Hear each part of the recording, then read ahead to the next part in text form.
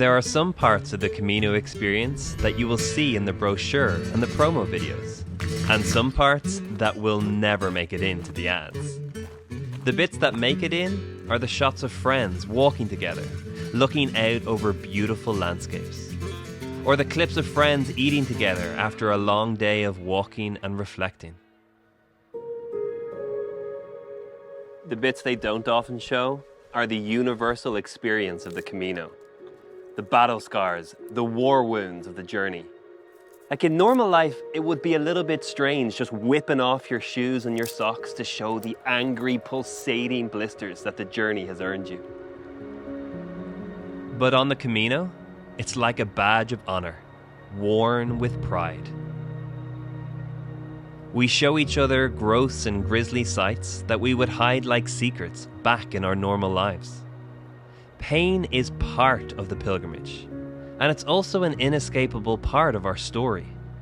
It raises the most profound and fundamental questions about the human experience. Questions that can't be satisfied by easy or simple answers.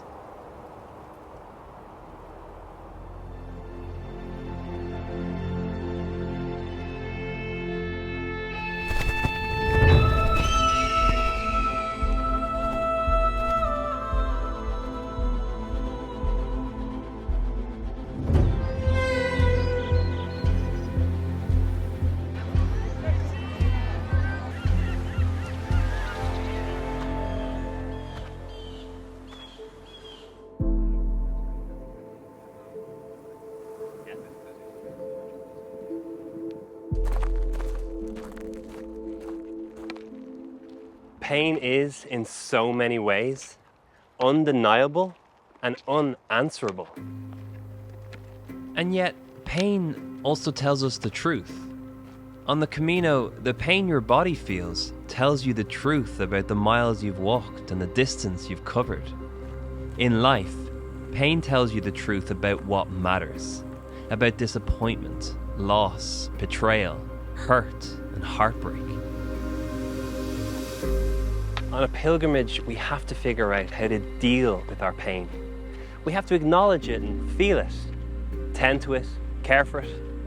Sometimes it forces us to slow down or to even stop, to realize our limitations.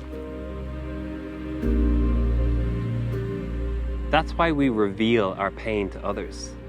It's in the shared experience of the trials of this journey that we find that our comfort is not in denying it, but realizing that we're all experiencing it. And we're all trying to figure out how to keep going in spite of it.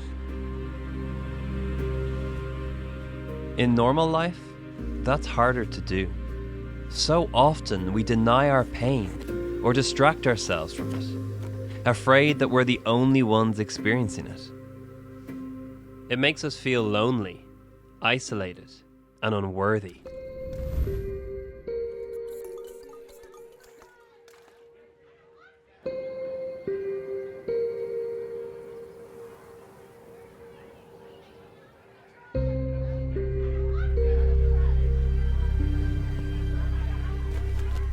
The experience of pain is what can often make it hard for people to explore faith.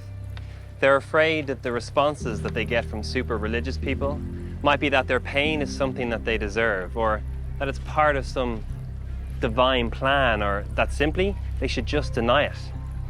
But what's fascinating, however, is that those particular words were never the response of Jesus.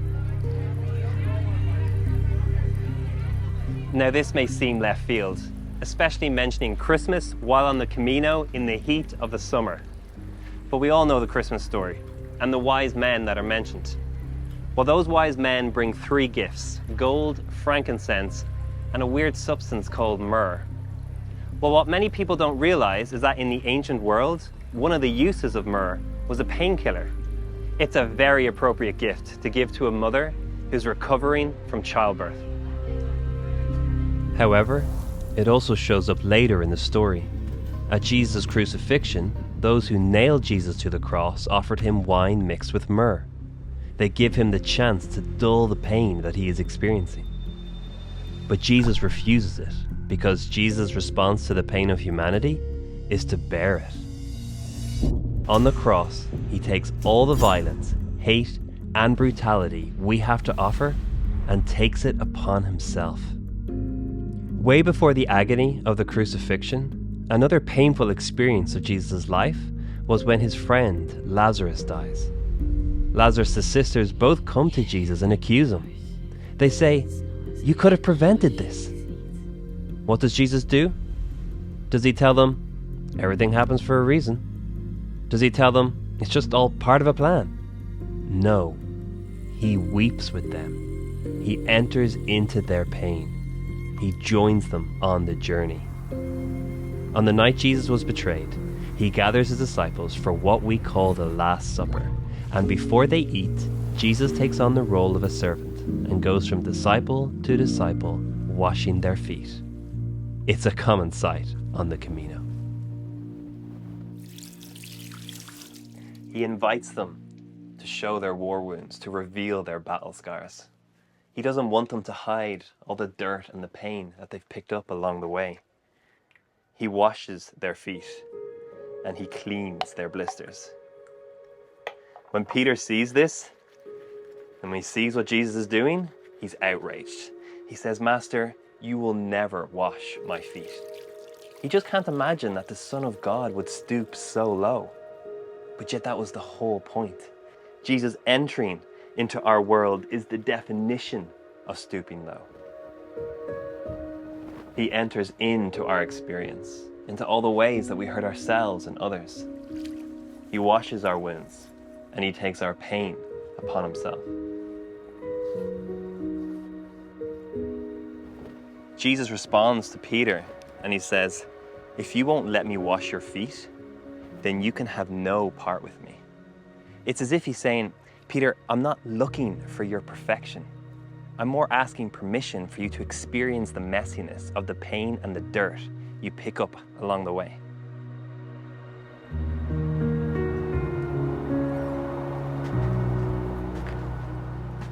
On the Camino, we allow ourselves to become part of a new community that seeks to help with our hurts and our pains. Most pilgrims find a Camino family with these people, and these people begin to heal the physical and the spiritual hurts. It's a beautiful picture of what Jesus hoped for when he said that we would carry each other's burdens. At the end, most pilgrims have a whole new picture of what community should truly look like. Healing begins with the courage to reveal what's hurting. On the Camino, we often do it willingly. On the Camino of life, we tend to be a lot more hesitant. But the journey that Jesus is inviting us to, that James journeyed on before us, ends each day with the revealing of our pain so that we can be tended to, comforted, and bandaged up, ready to set out again on the pilgrimage. Pain is inescapable, and it has no easy answers. But Jesus' answer is always to meet us in it.